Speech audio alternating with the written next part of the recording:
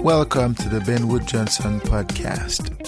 You can visit Dr. Johnson's blog at benwoodpost.com. Dr. Johnson's works can be found at drbenwoodjohnson.com. You can also support Dr. Johnson on Patreon, the link to which is in the description.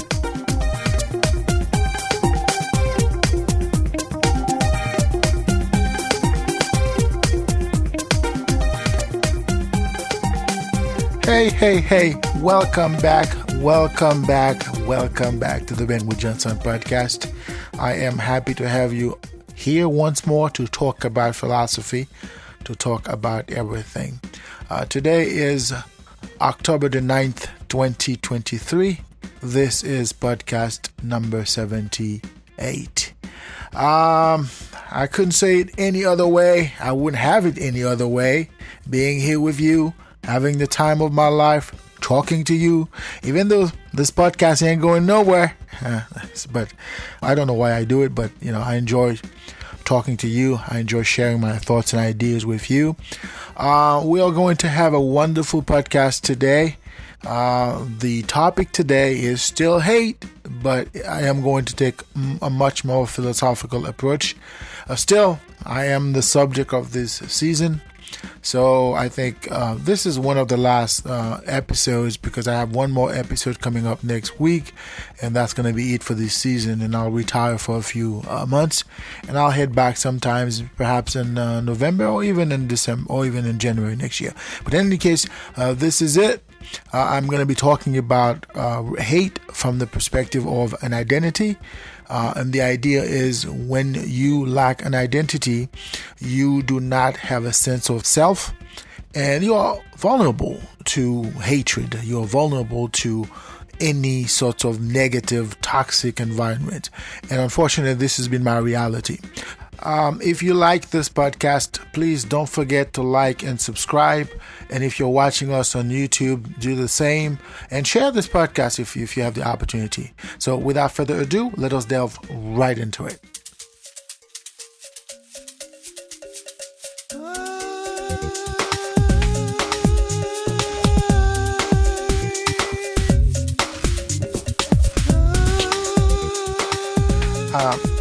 Here's a question. How do you exist in this world without an identity? Now, this is a very interesting question, to the extent that I don't know how to answer it. If anybody could help me answer that question, I would be very grateful to that person, because this is my biggest blind spot in this world. Well, let's speculate a little bit about what it means to have an identity. Now, a disclaimer before we move forward here. When I speak of identity, I am not talking about anything other than a philosophical understanding of the human being, okay? In terms of who you are, in terms of your existence in the place of things, or in the large scheme of things, or in the great scheme of things, right? So that's basically what I'm talking about here. The great scheme of things in terms of who you are, where you place yourself. So that's what I am talking about. So please don't take the word identity from a different perspective. That is not my intent here. Now, when I am talking about identity, when I am talking about identity in terms of human existence, what I am talking about the essentiality of the person. And it doesn't matter who you are in terms of how you see yourself, how you identify yourself to be, or how you would like others to see you as. What I am talking about who you are at the most spiritual level, at the most intrinsic sense or level. So the question becomes, well, how do you exist without that sense of being? Being in the world is not set in stone. there's no universal way of saying I am. The concept of I exist, or I cogit, or cogito ergo philoso ergo sum, as René Descartes would say it, it is not the essentiality of being in the world. There are other facets of being that are much more intrinsic than a self-acclamation or a self-proclamation as to who one is, and to who I am, or who I think I am, or who I want others to think I am. There's something intrinsic, there's something inherent in you that is the essence of your beingness, that gives you a sense of self. It's with that essentiality that you are able to see yourself as. So you will not, or you would not be able to see yourself as, but for that intrinsic sense of self. And when I talk about identity, this is precisely what I'm talking about. Identity, not necessarily at the molecular level or at the biological level, rather identity at the intrinsic level, at the fundamental, at the psychological, or perhaps at the spiritual level. Who are you? Now, this question is hard to answer because there are a series of things that happened, that must happen in a person's life, that would give that person that sense of self. It usually starts at a young age. It starts at what we call the blank slate, where ever since you became conscious of your existence, conscious of yourself around other things, ever since you realize that, wait a minute, that person whom, in the case of a baby, whom is taking care of me is not actually me, it's somebody else, right? Oh, that place that I'm laying on is actually something different. It's a sheet. It's a, it's a crib. It's something that I'm not in space or something. I am in an actual physical reality where I have an actual body. I have needs. I have urges. I have things that I cannot be without. I need food. I need, breast milk and whatnot. I need to exist, and I need to sleep. You become aware of those things as a person, as an entity. Those are parts of what builds you, what makes you, right? But those also gives you a sense of self. And that sense of self over time is reinforced by that environment where you are, right?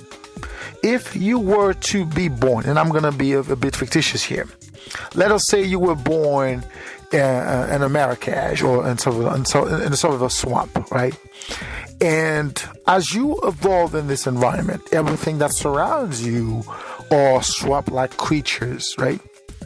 Swamp-like entities. And at some point, you're going to realize that I am one of them. Now, it doesn't matter who you are in terms of your shape, your skin color and whatnot. There's going to be an intrinsic sense of self in relation to that environment, because you're able to differentiate yourself from that environment based on who you feel yourself are in terms of who you really are intrinsically, right? So when we're talking about identity, we're talking about your past. We're talking about where you've been. We're talking about where you are. And we're also talking about where you're going. Because all of these instances are going to shape your persona, are going to shape who you are, at least in relation to others, how you perceive yourself in relation to others, not necessarily how you would like to be perceived, but how intrinsically you are deep inside, okay? And to me, it is essential that every being evolves in an environment where that individual feels safe. And by that I mean you are able to immerse yourself into that environment, where you and the environment are able to merge, where you become the environment as the environment becomes you. And this is usually manifested in people in terms of how they perceive themselves with a particular entity. Let us say a country, right? You were born in a particular place. You were born in a particular town. you were born in a particular country, and you identify with what the reality of that place, the reality of that town, of that country, and somehow you become that country and you see yourself as that country. For example, you call yourself an American because you were born in America, or you were born in an environment that is American-like, and you see yourself as America, as an American, right? And it becomes your intrinsic sense of self. And no matter how you perceive yourself in relation to others, you're going to see that intrinsic self, that American self. And this is usually visible to the extent that you speak a language, to the extent that you have a specific tonality in terms of a specific physical shape, a specific physical whereabouts, a specific physical, sort of trademark, right?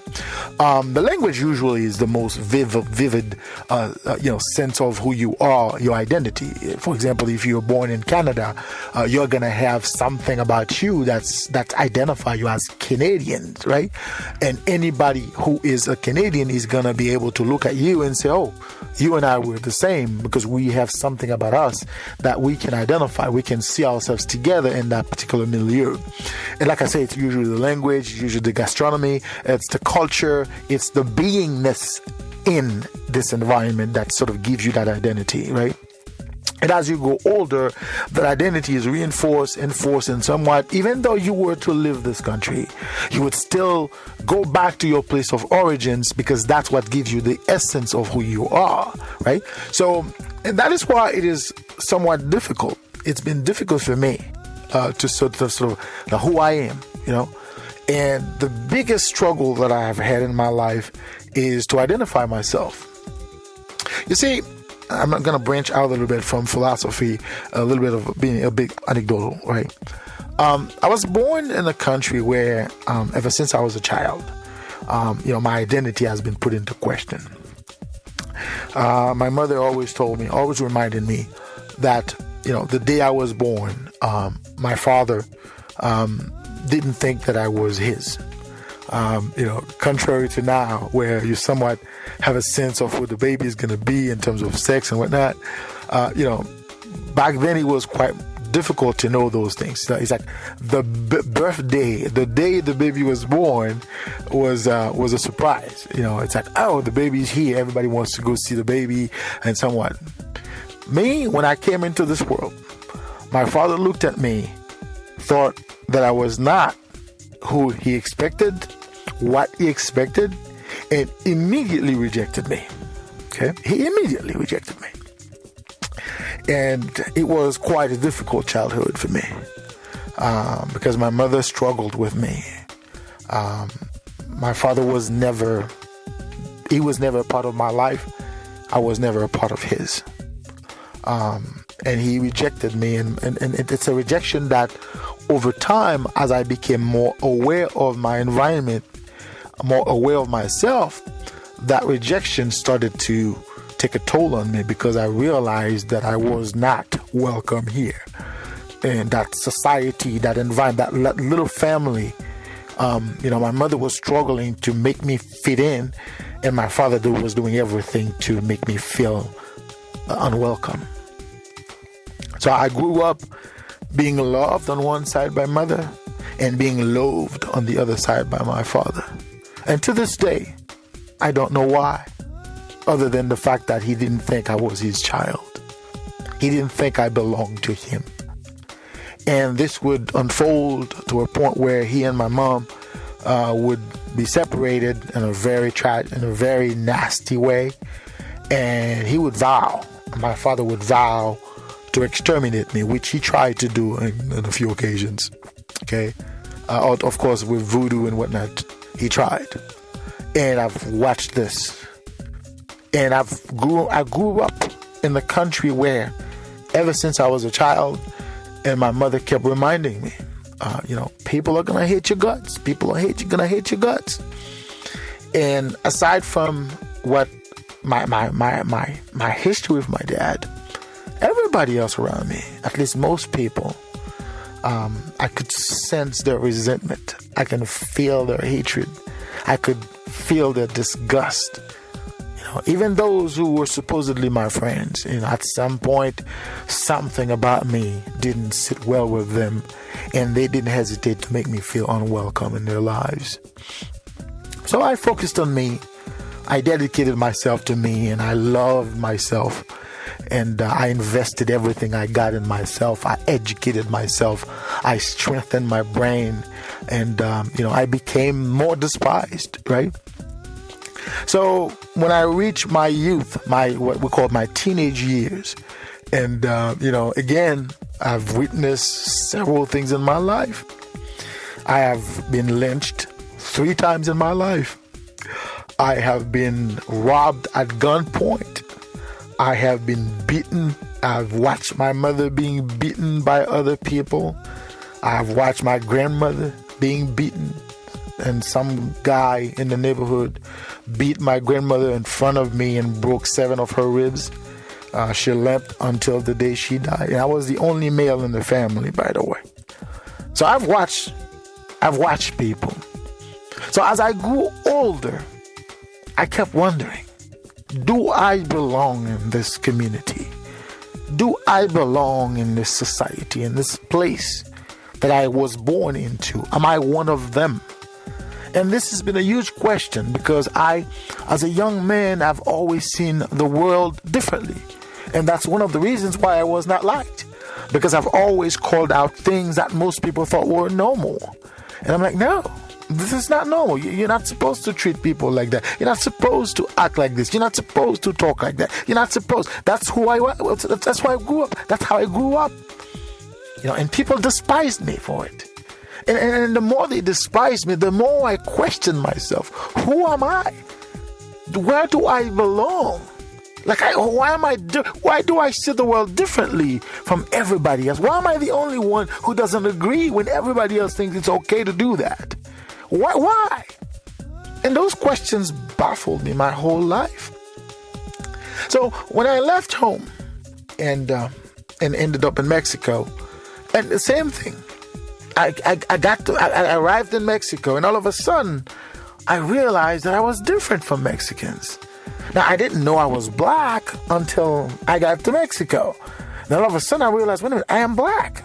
I didn't know I was black, because where I grew up, everybody's black. Being black didn't make a difference. I thought I had other differences with these people, but my skin color was not one of them. But when I got to Mexico, aside from being different in so many levels, I found out that I was also different because my skin color was different. The way I speak was different. My accent was different. My understanding, and people were curious about me, but others were quite taken by my logic, by my professorial attitude. I've always tried to educate people, even when people didn't like it. And that's something I've always done my whole life. So all of these brought me to question my identity. Because now the place I was born, I could not identify with it. I couldn't identify with the people around me. The people that I grew up, I could not identify with them. And after I left home, my mother died a couple of years later. And I had nothing left home because my mother was everything I got. And when she died, then I felt like I was alone in this world. Yes, I had a few siblings, but they were not really me. We were different, right? So when my mother passed, I had nobody to talk to. No one could understand what I was going through. And it was the biggest loss of my life. And to this day, I still cry about my mother's death. I still cry about it. But I couldn't find out who I am. I couldn't fit in. So when I left Mexico and came to America, and the cycle continued. Like I was different. Now I was hated for being different. Yes, here in America, I was also a black man, but unlike Mexico, it was frowned upon. In Mexico, people were curious about me being black. In America, people just didn't like me being black. Now I had to hide who I am. Not only am I hiding where I am from, I'm hiding my country of origin. I am hiding my skin color, my accent. I am trying everything not to sound like my people. I'm trying everything not to be like them, because I found out being one of the people that came from the place that I came from is not welcome in America. Yes, a few people where I come from succeed in America, but for the most part, brother, it's hard being from this place. You're despised, and my last name, which was a symbol of my identity, was a no. So I had to change that. I had to change every facet of my being. And the people at home, even those who live here in the States, they still hate me, brother. They still hate me. Sometimes I stare into the dark, and I try to figure out why or who I am, why I'm here, or what am I doing here. And this existential question, I ask myself that question all the time, and I have not found the answer. My identity, what was supposed to give me identity, I don't have it. I can't tell the world that I'm from this place, because deep inside, I'm not. Where I grew up, where I learned to walk, where I learned to talk, where I learned to run, where I became a person. I can't tell the world I'm from this place, because on one hand, the world doesn't like these people. On the other hand, these people don't like me. Then who I am, brother? And that's why I cannot answer this question. I don't have an identity. And I vacillate in this world, trying to find out who I am. And it's a painful moment. And rejection, I don't have to talk about it. Don't get me started. That's all I've known. That's all I have known. And sometimes I look back, I'm like, well, why do these people hate me so much? And I wonder, why was I born the way I was born? Why I am who I am? And to this day, I don't have the answer. And if you do, reach out. Please do. I would greatly appreciate it. I would greatly appreciate it.